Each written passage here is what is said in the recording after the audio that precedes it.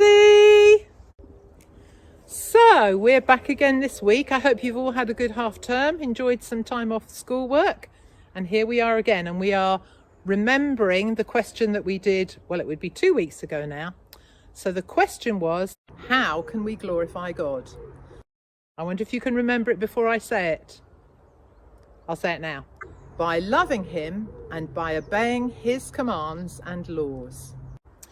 So we talked last time a lot about loving God and about the amazing things that he's made, about how wonderful he is, about how wonderful his creation is. You sent in all those lovely pictures that we looked at. We've got some more pictures to show you this time. Some of you sent some pictures in to us from a very long way away from Wuhan, and that was lovely to receive those. Thank you very much. They were lovely pictures. We really appreciated seeing them, and I know we'll all enjoy looking at them as well. And these pictures are more about what it is that you love about God. Obviously, some of the things is to do with his creation, but some of you have sent in some lovely pictures saying what it is that you love about God. And we'll have a look at those now.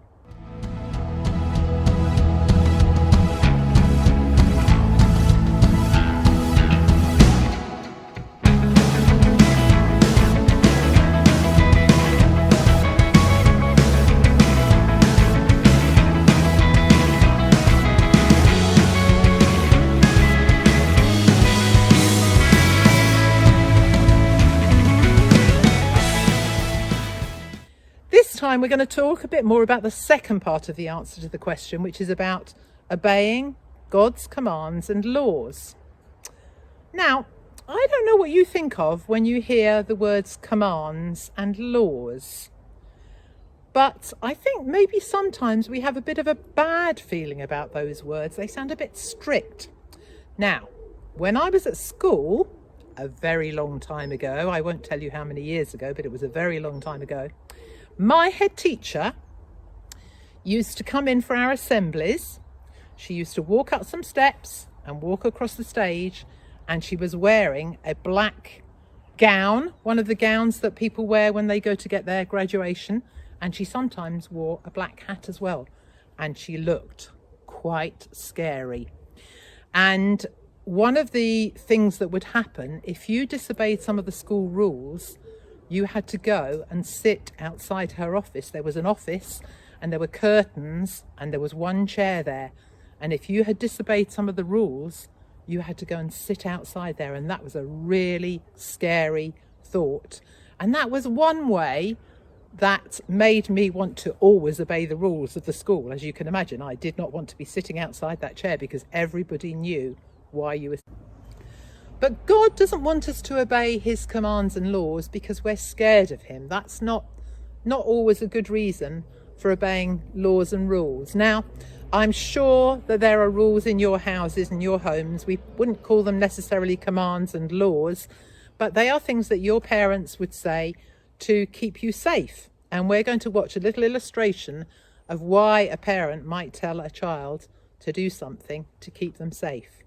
You're going out on a bike ride, are you? Yeah. Yeah. Well, you haven't got a helmet. You need to get your helmet. Yeah, I'll go and get one. Yeah. Well, make sure you do because you've got to be safe when you're riding. Yes, ma'am. So make sure you look where you're going. Yes, ma'am. Hang on a minute, and make sure that you look behind you if you pull out anyway. So Yes, ma'am. I'm not a child. Okay. As long as you understand.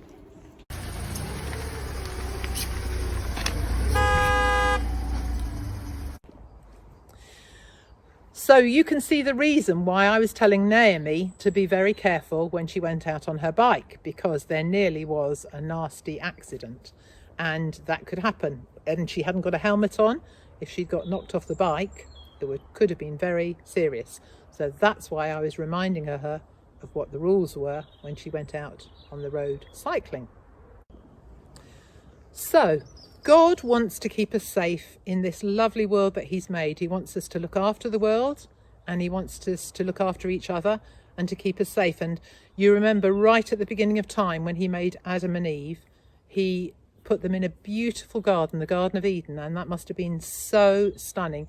When you think of the things we've looked at in God's creation, that must have been such a beautiful garden. But as you know, they disobeyed what God said. And later on, God gave his people some laws which were called, I'm sure you've heard of them, the 10 Commandments. And those laws were to help keep people safe, to help people look after each other, and to keep his world lovely. Now, later on, you're going to hear a bit more about those 10 rules, so I won't talk about them too much now. But just to remember, again, the question and answer for this week, let's see if we can say it together. How can we glorify God? By loving him and by obeying his commands and laws. Shall we say it one more time? How can we glorify God? By loving him and by obeying his commands and his laws. Bye everyone. See you another time. Bye.